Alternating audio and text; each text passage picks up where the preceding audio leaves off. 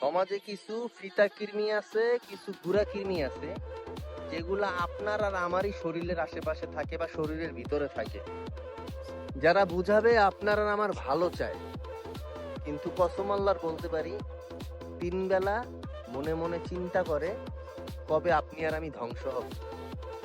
তাদের এই চিন্তা ভাবনার কারণেই আল্লাহ আমাদেরকে উপরে উঠাইতেছে, ইনশাল্লাহ সামনে আরো উপরে উঠবো। যারা মনে করতেছো তোমরা মানুষকে অপমান অপতিষ্ঠা কইরা বুক ফুলাইয়া হাঁটতেছো, সমাজে নীতি কথা বলতেছো, সেই দিন বেশি দূরে নয় যেই দিন তোমার যোগ্যতা কতটুকু, তুমি মানুষটা কতটুকু, তোমার আগে পিছনে কে আছে, সেটা জাতির সামনে হাইলাইটস হবে। আর আমি কবুতর পালি ভাই আমার শখের জন্য, আমি কবুতর পালি আমার মনের তৃপ্তির জন্য।